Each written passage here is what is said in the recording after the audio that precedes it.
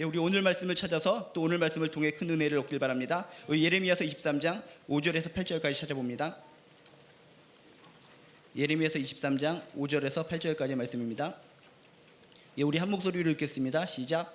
여호와의 말씀이니라. 보라, 때가 이르니 내가 다윗에게 한 의로운 가지를 일으킬 것이라. 그가 왕이 되어 지혜롭게 다스리며 세상에서 정의와 공의를 행할 것이며 그의 날에 유다는 구원을 받겠고 이스라엘은 평안히 살 것이며 그의 이름은 여호와 우리의 공의라 일컬음을 받으리라.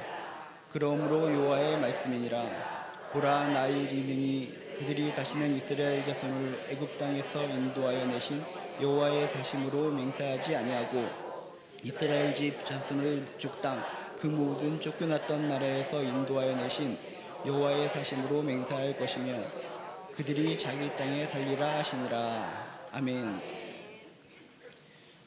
우리들이 부모님이 되어서 아기를 낳습니다. 아기를 낳으면 아기가 조금씩 성장하게 됩니다.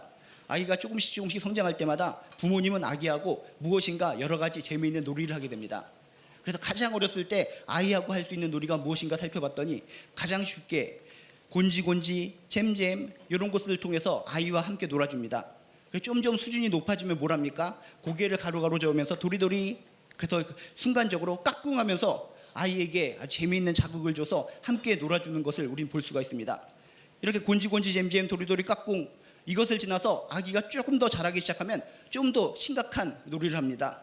어떤 놀이를 하나 봤더니 목말을 태워줍니다. 목에다가 아이를 태워서 막 돌아다니면서 아이로 하여금 재미있게 즐거움을 줍니다. 그리고 목말만 하는 것이 아니라 또 비행기도 태워줍니다. 이렇게 누워서 다리를 쫙 뻗어서 아이의 배때기에 발을 딱 대고 껑충껑충 뛰면서 날아간다 비행기 놀이도 해줍니다. 그럼 아이들은 까르르 하면서 즐겁게 웃습니다. 그런데 심하게 또 놀 때는 이렇게 비행기 놀이, 목말 타기 놀이 끝나는 것이 아니라 풍차 돌리기도 합니다. 풍차 돌리기는 무엇인가? 아이를 막대기라고 생각하고 막 풍풍 돌리는 겁니다. 그러다가 아이들은 정신이 해롱해롱거려서 자기가 지금 어디에 있는지도 모르는 경향이 많이 있습니다. 이렇게 다양한 놀이들이 있는데 그 중에서 또 한 가지 특이한 놀이가 있는데 서울 구경시켜주기라는 놀이가 있습니다. 요즘에도 그걸 하는지 모르겠지만 예전 사람들은 이렇게 서울 구경시켜주는 놀이를 많이 했습니다. 하는 방법은 간단합니다. 아이의 머리통을 옆에서 탁 잡아채워서 그냥 그대로 들어올리는 겁니다. 그러면 아이는 어떻게 됩니까? 너무나 아프니까 아둥바둥 대면서 아이 아파 이렇게 소리를 지르면서도 쾌감을 느낍니다. 내려놓고 그만할까 하면 조금만 더 그렇게 목을 갖다 올려서 들어주면서 아이들에게 재미있는 놀이를 하는 게 있는데 그게 바로 서울 구경시켜줍니다. 근데 어떻게 보면 상당히 무모하면서도 상당히 위험할 수도 있습니다. 그냥 머리통만 잡고 아이가 바둥바둥 되면은 정말 목에 이상이 갈 수도 있지 않겠습니까? 그런데 이렇게 위험스러운 서울 구경시켜주는 놀이를 대대로 지금까지 왜 하고 있는가? 사람들은 이유 없이 하는 것 같지만 전통적으로 거기에는 어떤 이유가 있다고 합니다. 첫 번째는 아이를 머리통을 잡고 쭉 올리면은 키가 자란다라고 하는 속설이 있다고 합니다. 그래서 머리통을 잡고 위로 올리면서 커라 하면서 그런 놀이를 한다는 겁니다. 아주 무모한 놀이입니다. 근데 또 하나의 측면에 있다고 합니다. 왜 이렇게 서울 구경시켜준다라고 하면서 머리를 들어 올리는가? 지금이야 서울에 대한 동경하는 마음이 별로 사라졌는지 모르겠지만 예전 사람들은 시골에 살면서 서울에 한번 가보는 거 그것이 꿈이었습니다. 63빌딩 한번 가보고 싶다. 서울에 대한 동경이 너무나 컸기 때문에 나는 이렇게 시골에서 농사지으면서 살지만은 너는 커서 서울에 가서 출세하며 살거라. 그런 의미에서 서울 구경시켜주기 놀이를 했다는 겁니다. 그리고 또 한 가지 이유가 있습니다. 또 한 가지 이유는 무엇인가? 아이의 머리통을 들고 높이 올리는 것을 통해서 근시안적으로 살아가는 것이 아니라 멀리 보고 살아가라. 좀 더 멀리 보고 살아가라 라고 하는 의미에서 아이의 머리통을 잡고 위로 올리면서 서울 구경시키기 놀이를 했다는 겁니다. 뭔가 어떻게 보면 무모할지도 모르겠지만 그 이면에는 뭔가 지혜로운 모습도 있다라는 것을 발견할 수가 있습니다. 멀리 바라보기를 바라는 마음, 이것은 모든 부모님들의 한결같은 마음 아닙니까? 나의 자녀가 앞에 있는 것만 바라보면서 그냥 아웅다웅하면서 살아가는 거, 그것을 바랄 사람은 없습니다. 좀 더 멀리 미래의 희망을 향해서 그것을 바라보고 살아가기를 바라는 거, 그게 부모님의 마음 아니겠습니까? 그런데 진짜 우리들에게 있어서 저 멀리 희망의 세계를 계속적으로 바라보게 하시는 분이 있는데 그게 누구신가? 우리 인간적인 부모보다도 더욱더 위대하신 분, 바로 하나님이신 줄로 믿습니다. 성경을 처음부터 쭉 살펴보면 그렇습니다. 이분은 하나님은 어떤 분이신가 봤더니 진실로 정말 멀리 희망을 우리들로 하여금 바라보게끔 손가락질을 하십니다. 너희들 지금 당면 문제에 휩싸여서 아둥바둥거리며 살고 있구나. 수렁에 빠져서 헤매이고 있구나. 당면 과제만 보면 힘들고 어려울 것 같지만은 내가 저 미래를 향해서 희망을 던진다. 미래를 바라보거라. 저 멀리를 바라보거라. 저 멀리에는 너에게 소망이 있단다. 너에게 능력의 자리가 있단다. 넌 이 문제를 돌파해서 아름다운 인생을 살 수 있을 것이란다. 그렇게 미래를 향해서 손가락질을 하면서 그곳을 바라보거라. 멀리 바라보거라 라고 우리에게 힘을 주시고 능력을 주시는 분이 우리가 믿는 하나님이신 줄로 믿습니다. 기억하시기 바랍니다. 우리가 믿는 하나님은 무엇인가? 늘 우리에게 희망을 선포하시는 하나님이십니다. 당면 과제를 넘어서 더 멀리 보게 하시는 분, 그분이 우리가 믿는 하나님이시다. 꼭 기억하시길 주님의 이름으로 축복합니다. 좀 더 쉬운 말로 얘기하면 미래지향적인 희망을 계속 퍼부어주시고 쏘아주시고 선포해주시는 분, 그분이 우리가 믿는 하나님이시라는 겁니다. 여러분, 이 시간 오셨을 때 정말 사회적인 공포, 현재적인 당면 문제 때문에 얼마나 속이 아프십니까? 내가 하나님을 믿고 살고 있는데 이 당면 문제 때문에 너무나 힘들어 죽겠습니다. 눈물이 납니다. 가슴이 찢어질 것 같습니다. 앞이 깜깜합니다. 그런 분들이시라면 먼 미래를 향해서 희망을 쏘아주시는 하나님을 만나시기를 주님의 이름으로 축복합니다. 그 하나님이 바로 무엇인가? 오늘 말씀 7절에 보면 6절에 보면 이렇게 써 있습니다. 그의 이름은 여호와 우리의 공이라 라고 써 있습니다. 의로우신 하나님이라고 여러분이 많이 들어보셨을 것 같습니다. 의로운 하나님이라는 것이 무엇인가? 의로우신 하나님이 바로 우리의 미래를 향해서 희망을 쏘아주시는 분, 그게 의로운 하나님이라는 것을 믿으시길 주님의 이름으로 축복합니다. 오늘 말씀의 배경이 그렇습니다. 즐겁고 행복할 때 쓰여지는 것이 아닙니다. 바벨론이라고 하는 제국이 있는데 그 무시막지한 바벨론에 의해서 멸망당하기 직전에 있는 남유다의 상황입니다. 조금만 있으면 그 무자비한 바벨론이 침공을 해서 쑥대밭을 만들어버리고 대부분의 백성들이 죽거나 볼모로 끌려가게 되어 있습니다. 공포의 상황입니다. 전쟁을 앞둔 상황이니까 얼마나 공포스럽겠습니까? 큰일 났다. 어떻게 하면 좋을까? 앞이 깜깜해서 언제 죽을지 모르는 그런 상황 속에서 하나님께서 오늘 희망의 메시지를 주셨다는 겁니다. 여러분이 삶 가운데 정말 이렇게 전쟁을 앞둔 것 같은 풍전등화형의 상황에 처해 있다면 오늘 말씀을 통해서 존귀하신 하나님을 만나시길 주님의 이름으로 축복합니다. 이렇게 어렵고 힘든 좌절의 시기에, 누구도 희망을 제시해주지 않는 이런 시기에, 바벨론이라는 제국 앞에서 무너지고 쓰러지고 자빠지고 멸망할 수밖에 없는 그 시기에 하나님께서는 무엇을 선포하시는가? 희망을 선포하십니다. 5절에 이렇게 말씀하십니다. 여호와의 말씀이니라. 보라, 때가 이르니 내가 다윗에게 한 의로운 가지를 일으킬 것이라. 그가 왕이 되어 지혜롭게 다스리며 세상에서 정의와 공의를 행할 것이라. 지금 상황은 어떤 겁니까? 바벨론의 침략을 당해서 내 목숨이 왔다 갔다 하는 상황입니다. 지금 당면 문제가 너무나 고달퍼서 힘들어 죽겠습니다. 눈물만 납니다. 근데 하나님께서는 지금 당면 문제를 바라보라고 하시는 것이 아니라 저 미래를 바라보라는 것입니다. 너의 미래는 승리가 있다. 너의 미래에 다윗에게서 한 의로운 가지를 나게 해서 그가 너희들을 아름답게 행복하게 다스려 줄 것이다. 메시아 희망을 선포하고 계시다는 겁니다. 우리가 믿는 하나님은 이러신 분이십니다. 우리들이 힘들고 어려워서 이 당면 문제 때문에 정말 머리를 싸매고 어떻게 하면 좋을까? 조바심하면서 눈물을 흘리면서 하나님, 이 문제 때문에 어떻게 해요? 이 문제가 나를 죽게 합니다. 이 문제가 우리 가정을 너무 힘들게 합니다. 울고 있을 때, 쓰러져 있을 때, 넘어져 있을 때, 일어설 힘도 없을 때 우리에게 저 먼 미래를 가르쳐줍니다. 저 미래를 바라보거라. 너에게 희망이 있단다. 소망이 있단다. 너의 가정은 일어날 수 있단다. 저의 미래에 내가 좋은 곳으로 예비해 두었단다. 지금의 당면한 상황 때문에 힘들어하거나 지치지 말고 저 멀리 나의 손가락을 바라보면서 희망을 향해 나아가거라. 돌파해 나가거라. 너는 잘 될 수 있단다. 넌 승리할 수 있단다. 너의 미래는 밝단다. 미래의 희망을 선포하시는 분이 우리가 믿는 하나님이시라는 것을 믿으시기를 주님의 이름으로 축복합니다. 당면과제를 넘어서는 비전과 소망을 끊임없이 주시는 분, 그런 분을 여러분 만나시길 주님의 이름으로 축복합니다. 나이가 많은 분이나 적은 분이나 똑같습니다. 항상 우리가 살아갈 수 있는 에너지를 얻기 위해서는 무엇이 필요한가? 내 마음에 소망이 필요합니다. 희망이 필요합니다. 꿈이 필요합니다. 그런 에너지가 충만할 때 살아갈 수 있는 역량이 생기는 것이고 힘이 생기는 것이고 기쁨이 생기는 겁니다. 하루하루 살면서 아이고 한숨만 푹푹 쉬고 살아갈 때 그거 아무리 하나님 믿어도 제대로 된 인생이 아닙니다. 하나님께서 매일매일 주시는 희망을 담아서 내 인생이 90살을 지금 살고 있더라도 더 큰 미래를 향해서 한 걸음 한 걸음 진보하는 여러분들 되시기를 주님의 이름으로 축복합니다. 오늘 7절의 말씀을 보면 정말 대단하신 분이시구나 라는 생각이 듭니다. 우리들에게 더 큰 미래, 아름다운 미래를 보여주기 위해서 7절에 이런 말씀까지 주십니다. 여호와의 말씀이니라. 보라, 날이 이르느니 그들이 다시는 이스라엘 자손을 애굽 땅에서 인도하여 내신 여호와의 사심으로 맹세하지 아니하고 이스라엘 집 자손을 북쪽 땅 그 모든 쫓겨났던 나라에서 인도하여 내신 여호와의 사심으로 맹세할 것이라 라고 얘기합니다. 이게 무슨 의미입니까? 지금까지 이스라엘 백성들은 무엇만 생각했습니까? 자신들에게 능력을 베풀어 주신 그 하나님을 생각할 때 항상 출애굽만 떠올렸습니다. 출애굽만 떠올리면서 출애굽을 통해서 우리에게 기적을 베풀어 주신 하나님, 우리를 도와주시옵소서, 우리를 도와주시옵소서.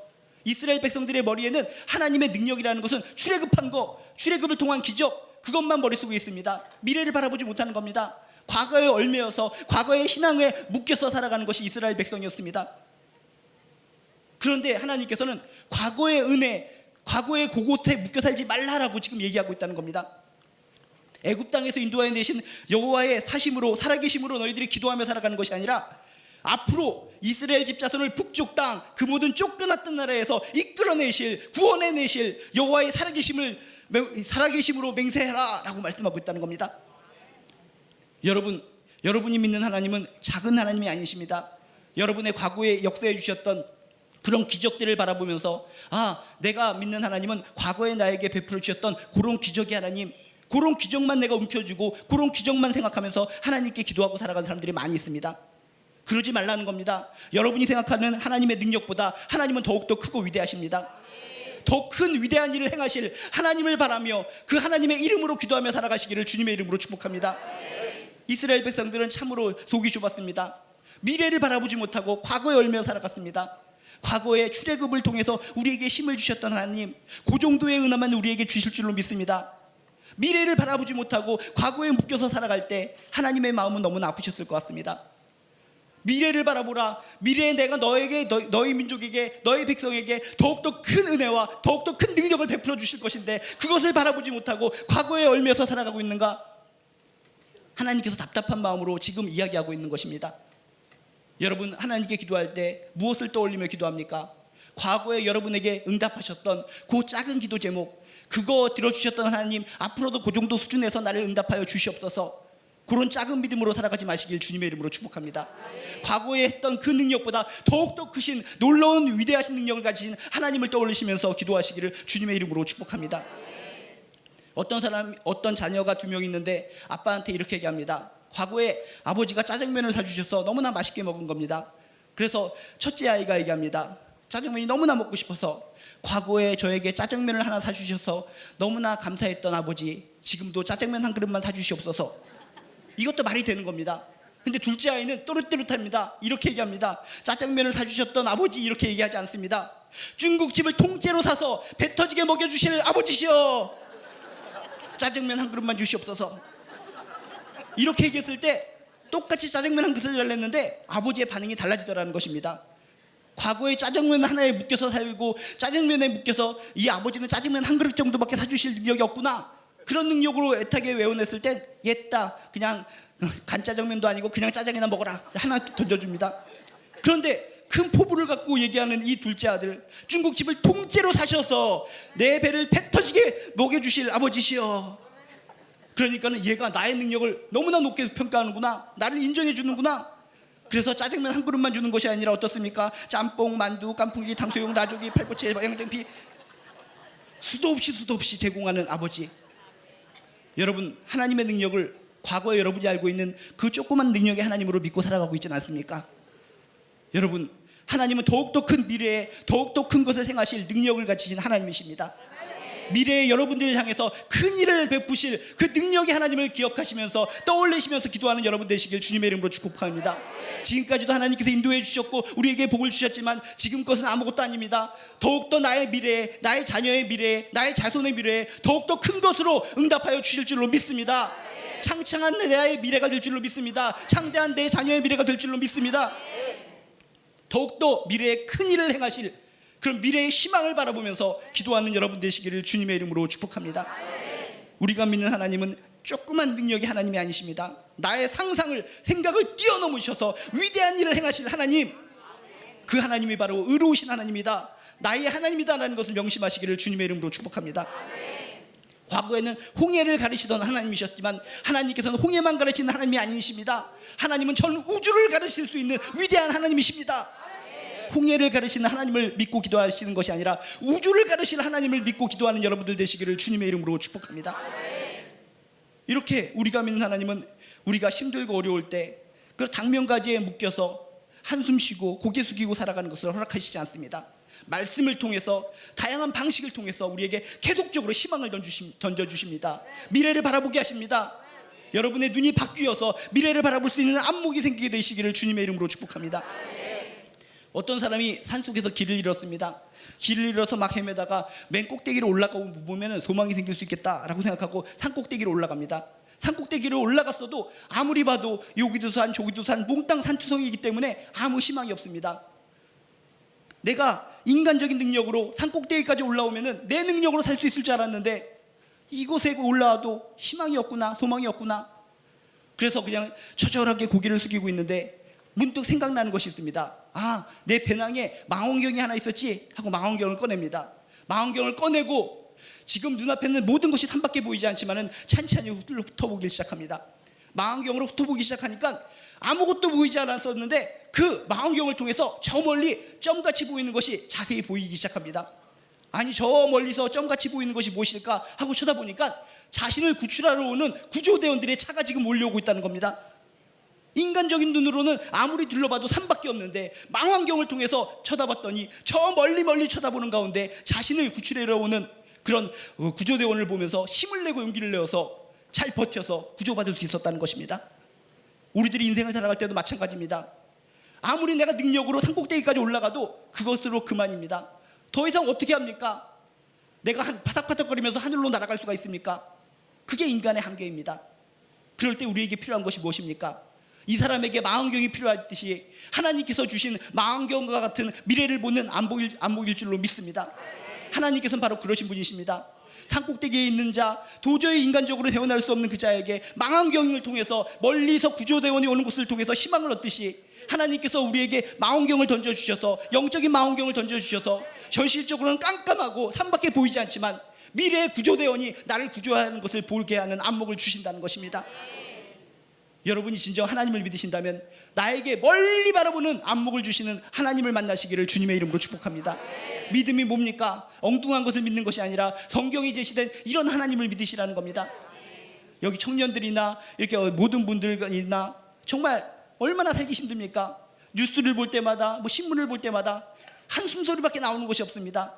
이 한숨을 넘어서 희망의 세계를 바라보기를 원하십니까? 의로우신 하나님, 우리에게 희망을 던져주신 하나님, 저 멀리를 바라보게 하시는 그 하나님을 꼭 만나시기를, 체험하시기를 주님의 이름으로 축복합니다. 근데 우리가 믿는 이 의로우신 하나님은 희망만 던져주시고 저 멀리를 바라보라 이렇게만 얘기하시는 분이 아닙니다.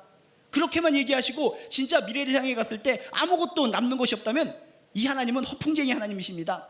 그냥 우리 마음만 붕뜨게 만들어 놓고 결과가 아무것도 생기지 않는다면 이거는 진짜 나쁜 하나님 아닙니까? 그런데 우리가 믿는 의로운 하나님은 희망만 던져주시는 것이 아니라 실제적으로 미래에 우리에게 좋은 열매를 주시는 분이 우리가 믿는 하나님이시다라는 걸 믿으시길 주님의 이름으로 축복합니다. 다른 말로 말해서 무엇입니까? 약속을 하셨으면 반드시 지키시는 분, 그게 우리가 믿는 의로운 하나님이시라는 겁니다. 여러분이 의로운 하나님을 믿으신다면 약속한 것을 반드시 지키시는, 성취하시는 하나님을 믿으시기를 주님의 이름으로 축복합니다. 그래서 오늘 말씀에도 보면 반복적으로 나오는 단어가 있습니다. 5절에도 이런 단어가 있습니다. 보라, 때가 이르니 라는 표현이 있습니다. 6절에도 이런 표현이 있습니다. 그의 날에. 7절에도 이런 표현이 있습니다. 보라, 그날이 이르니. 성경에서 나오는 이런 날때라는 것은 무엇입니까? 반드시 이루어지는 시간, 반드시 이루어지는 때를 뜻할 때 이런 성경적인 때, 날이라는 단어를 쓰고 있다는 겁니다. 여러분, 하나님께서 말씀하셨으면, 하나님께서 희망을 선포하셨으면 허풍쟁이처럼 그냥 풍 터져버리는 것이 아니라 반드시 성취된다는 것을 믿으시길 주님의 이름으로 축복합니다. 성경에서 말하는 때라는 것은 반드시 이루어지게 되어 있습니다. 한 번 말씀하셨으면, 우리에게 희망의 이야기를 하셨으면 성취시켜 주시는 그 하나님을 꼭 만나시기를 주님의 이름으로 축복합니다. 이렇게 성경에서 말하는 때라는 것은 시한폭탄과 같습니다. 시한폭탄이 뭡니까? 지금은 멀쩡합니다. 갓난아기가 톡톡 두들겨도 전혀 터지지 않습니다. 근데 시간을 맞춰놨기 때문에 어느 순간이 되면 뽕 하고 터지게 되어 있습니다. 많은 사람들은 비웃습니다. 이게 무슨 폭탄이야, 말도 안 돼, 고철덩어리에 불과하지. 비웃습니다. 아이고, 아무리 두들겨도 터지지 않는 거, 누군가가 날 속이고 있는 것 같아. 그렇지만 시한폭탄은 그렇지 않습니다. 처음에는 고철덩어리처럼, 쇳덩이처럼 그대로 있지만 어느 때가 다다르면, 그 날이 되면은, 그 순간이 되면 정확하게 펑 하고 터진다는 겁니다. 하나님께서 말씀하시는 때가 이렇다는 겁니다. 약속을 지키신 하나님, 우리가 믿고 살아갔지만 세상 사람들은 우습게 여깁니다. 시한폭탄을 보고, 이 고철덩어리를 보고 너희들은 우습구나 비웃다가 그 옆에 있다가 터져서 죽는 그 사람들처럼 지금도 때를 기다리며 살고 있는 우리들을 우습게 여기는 세상 사람들, 나중에 어떻게 되겠습니까? 때가 되면 반드시 하나님의 뜻이 이루어집니다. 하나님의 열매가 이루어집니다. 하나님의 말씀이 성취됩니다. 그때 그들은 놀라 자빠질 겁니다. 그때서 후회하게 될 것입니다. 때가 되면 반드시 성취시켜 주시고, 때가 되면 약속을 반드시 이루어 주시는 그 하나님, 그것이 바로 우리가 믿는 하나님이시라는 것을 믿으시길 주님의 이름으로 축복합니다. 우리가 그런데 이렇게 약속을 지키시는 하나님을 왜 믿지 못하고 살아가는가? 바로 우리들 때문에 그렇습니다. 우리들의 삶의 현실이 어떻습니까? 우리들도 서로 인간들을 만나면서 약속을 합니다. 근데 약속을 얼마만큼 지킵니까? 우리들이 하는 약속은 약속을 깨기 위해서 하는 약속들이 얼마나 많이 있습니까? 우리들의 삶 속에서 너무나 약속을 어기고 배신하고 있기 때문에 하나님도 그럴 것이다 라고 유추하면서 우리는 약속을 믿지 못하고 힘들게 신앙생활하는 경우가 많이 있습니다. 여러분, 우리가 약속을 어긴다고 해서 하나님도 약속을 어기시는 분이 아니십니다. 나의 생각으로 하나님을 판단하지 마시고 성경에 있는 이 말씀을 토대로 내가 믿는 하나님은 약속하셨으면 반드시 성취하는 하나님이시다 라는 것을 기억하시기를 주님의 이름으로 축복합니다. 정말 인간들은 정말 죽을 것 같은 사랑으로 약속을 하고도 약속을 어기는 경향이 많이 있습니다. 이수일과 심순애의 경우도 그렇지 않습니까? 결혼 약속을 합니다. 죽어도 헤어지지 말자, 영원한 약속. 그렇게 약속을 갖다 굳건히 해놓고도 어떻게 됩니까? 김중배의 다이아몬드 때문에 나를 배신하더냐? 어떤 물질이 하나, 어떤 변수가 생겼을 때 그렇게 두텁게 맺었던 약속도 깨는 거, 그게 인간의 본질이라는 겁니다. 인간은 약속을 깨지만 하나님은 약속을 지키십니다. 계속 뻔뻔히 얘기하지만은 우리가 읽는 성경이 뭡니까? 구약, 신약. 구약은 오래된 약속, 신약은 새로운 약속. 약속으로 버무려진 책이 바로 성경책 아닙니까? 하나님을 믿으신다면, 하나님의 말씀을 믿는다면 하나님의 약속을 믿으시길 주님의 이름으로 축복합니다. 성경 말씀에 주어진 그런 약속을 붙들고 이 약속대로 될 줄로 믿습니다. 지금은 내 가족이 하나님을 믿고 있지 않지만 이 말씀을 붙들고 살아갑니다. 분명히 내 가족들이 다 하나님 앞에 다 모여들 줄로 믿습니다. 내가 지금 이 문제를 놓고 기도하는데 이 문제가 제대로 이루어지고 있지 않은데 정말 하나님의 약속대로 이 문제가 풀어질 줄로 믿습니다. 내 당면과제가 지금 눈으로는 절대로 풀리지 않는 것 같지만 하나님의 약속을 믿습니다. 이 문제가 풀려서 더욱더 형통하게 될 줄로 믿습니다. 약속을 믿는 신앙을 가지고 살아가시기를 주님의 이름으로 축복합니다. 아브라함이 나옵니다. 이삭이 나옵니다. 야곱이 나옵니다. 요셉이 나옵니다. 모세가 나옵니다. 성경에 나온 많은 인물들이 있습니다. 그들이 무엇을 붙잡고 승리했는가? 하나님의 약속을 끝까지 붙잡고 승리한 인물들이라는 것입니다. 아브라함에게 너에게 자녀가 있을 것이다, 땅에 축복이 있을 것이다. 현실적으로는 나이가 그렇게 많은 사람이 어떻게 일을 할 수 있습니까? 상식적으로 이해가 되지 않는 겁니다. 그렇지만 하나님의 약속이기 때문에, 전능하신 하나님의 약속이기 때문에 끝까지 믿어보는 겁니다. 그래서 결국은 하나님께서 아들을 주셨습니다. 주여, 주님께서는 진정 약속을 하셨으면 반드시 지키시는 분이시군요. 이런 고백 가운데 아브라함은 믿음의 조상이 될 수 있었다는 것입니다. 여러분, 성경을 읽으시면서 나에게 주신 하나님의 약속의 말씀을 찾으시길 주님의 이름으로 축복합니다. 하나님, 이 약속이 나에게 이루어질 줄로 믿습니다. 나의 가정에게 이루어질 줄로 믿습니다. 나의 사업장과 나의 일터에 이루어질 줄로 믿습니다. 약속을 붙들고 기도하며 나아갈 때 그 미래에 어느 순간 어떤 때에 시한폭탄이 펑하고 터지듯이 내 인생 가운데 응답이 될 줄로 믿습니다. 시한폭탄을 만져본 적이 없다면 뻥튀기 기계를 생각하셔도 됩니다. 옛날 시골에 가면은 장터에 뻥튀기 기계가 있었습니다. 그럼 뻥튀기 기계가 있으면 아이들이 삼삼오오 모여듭니다. 어떤 코뿔소 엉덩이처럼 생긴 시커멓게 생긴 그런 기계에다가 거기다가 이상한 잡다한 것을 넣고 문을 꽉 닫고 돌리기 시작합니다. 돌리기 시작하면 아이들은 이게 뭘까 궁금합니다. 계속 돌리고 돌리다 보면 영원히 돌리다가 끝이 날 것 같습니다.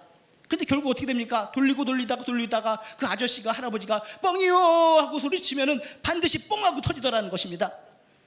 아무것도 모르고 졸고 있던 아이들은 그때 뒤로 바다락 자빠지고 아이고 진짜 터지네 하고 깨닫는 아이들이 참 많이 있었습니다. 여러분, 뻥튀기 기계를 생각하면서 하나님의 말씀을 기억하시길 주님의 이름으로 축복합니다. 반드시 하나님은 터진다. 하나님의 말씀은 반드시 응답된다. 하나님께서 약속하셨으면 반드시 이루어진다.